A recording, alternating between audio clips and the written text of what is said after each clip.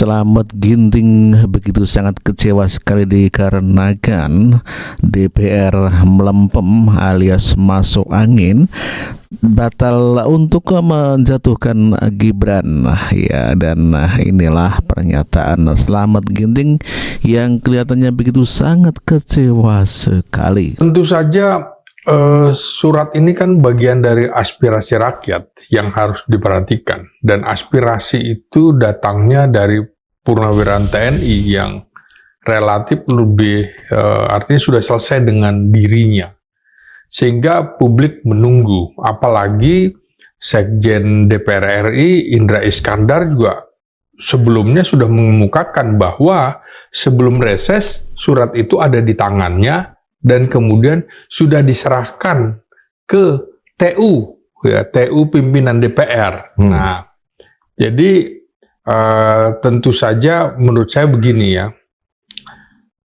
ini sebuah anti klimaks dari DPR yang diharapkan oleh publik setelah reses cukup lama.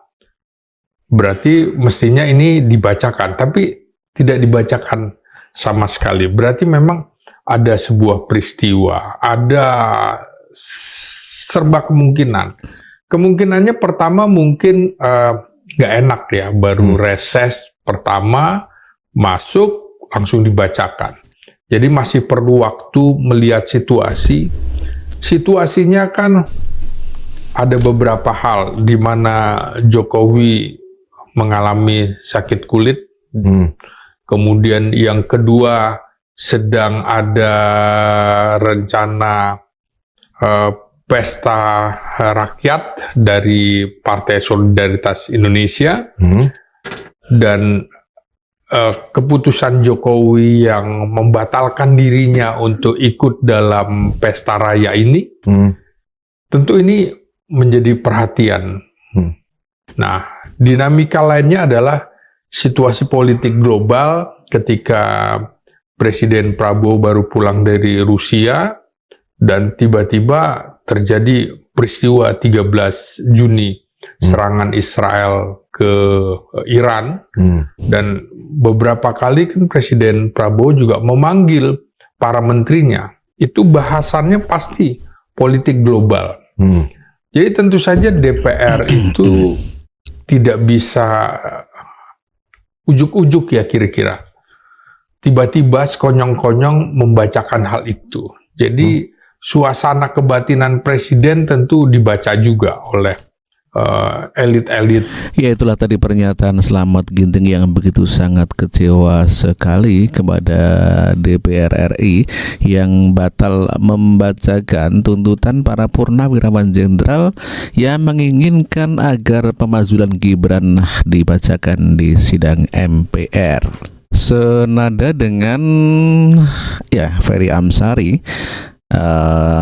juga mengatakan hal demikian, juga sangat kecewa kepada DPR RI, padahal suratnya telah sampai ke DPR RI. Namun demikian, kenapa tidak dibacakan begitu ya, dan kita dengarkan pernyataannya. Ya, alhamdulillah lah surat itu akhirnya berlabuh ke tempat yang tepat menurut saya, untuk mudah-mudahan menjadi usul DPR bahwa wakil presiden telah melanggar hukum atau tidak memenuhi syarat menjadi wakil presiden, ya, versi dari purnawirawan TNI. Nah, tentu setelah surat ini muncul, harapan saya DPR tidak pasif. Kan harusnya DPR memanggil para purnawirawan. Kenapa? Harus aktif ya? Ya, harus aktif. Ini yang kirim surat bukan kaleng-kaleng kan, bukan warga negara biasa, tapi orang yang pernah mengabdikan dirinya melindungi Republik dalam bidang pertahanan. Nah, mestinya dipanggil, didengarkan kenapa kemudian ada usulan dari purnawirawan soal wakil presiden itu. Nah, kalau kemudian dipertontonkan kepada publik pertemuan itu jauh lebih bagus. Soal lebih transparan kan, publik jadi tahu argumentasi kenapa para purnawirawan mengusulkan pemberhentian wakil presiden. Nah, DPR juga setelah itu kalau memang argumentasi para purnawirawan kuat, harusnya menuliskan usulan mereka dan ditandatangani 25 orang untuk dibawa ke paripurna DPR agar menjadi usul DPR memberhentikan wakil presiden yang nanti harus dulu ke Mahkamah Konstitusi, Bang, yang dalam bangsa undang-undangnya memeriksa, mengadili dan memutus apakah usul pendapat DPR soal berhentinya wakil presiden itu sesuai dengan kehendak Undang-Undang Dasar 1945. Nah, itu yang perlu dilakukan, Bang. Oke, Bung Ferry, ini kan menarik kalau kita lihat bola. Ya, itulah tadi pernyataan Ferry Amsari yang begitu sangat berharap sekali agar DPR segera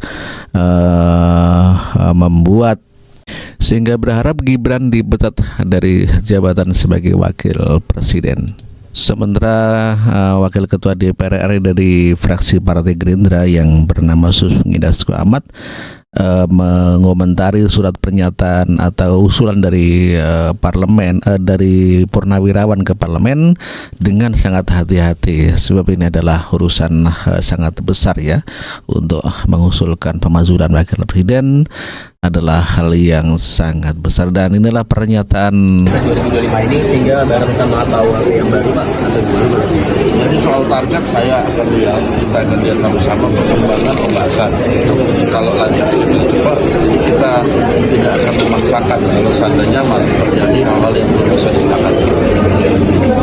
Ada semua mungkin melihat sekarang situasi dengan Israel dan juga konflik di Timur Tengah, apalagi ada andil Amerika Serikat juga, ini adakah dorongan pada dari DPR untuk segera mengisi jabatan posisi dubes Amerika Serikat di Indonesia? Kami dapat informasi dari pemerintah bahwa beberapa pos penting itu orangnya sudah siap dan sudah siap juga dikirim ke DPR untuk dilakukan sesuai mekanisme yang ada di DPR. Berarti namanya udah ditetapkan gitu ya? Namanya sudah di DPR, tetapi sudah diinformasikan, tetapi kita akan tunggu resminya nanti dari pemerintah. Ada beberapa mungkin pada yang dikirimkan namanya, Saya belum tahu.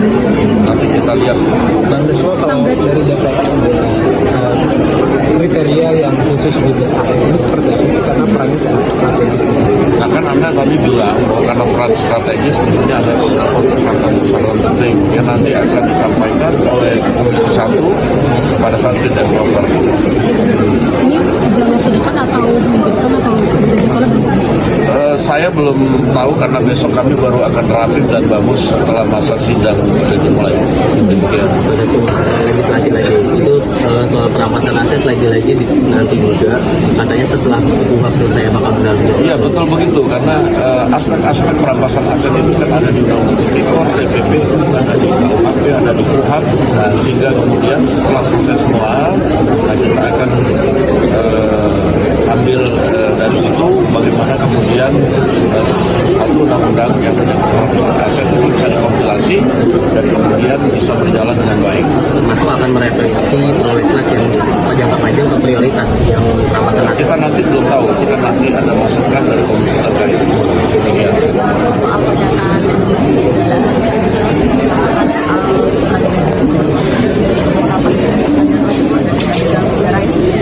akan mendorong Komisi 10. Komisi terkait saya dengar akan meminta menteri yang bersangkutan memberikan keterangan DPR.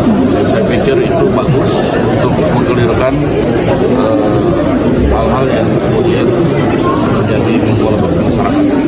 Sebenarnya ada catatan nggak sih Pak Dasko dari Saya rasa cukup ya. Oke.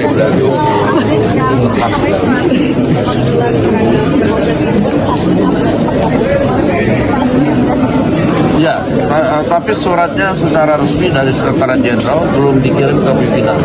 Dan biasanya kalau dikirim itu akan dibahas di Rapim dan Bamus yang sesuai mekanisme yang baru akan dilakukan mungkin besok atau pekan depan. Demikian. Mungkin jadi kayak surat seperti itu masih diklarifikasi.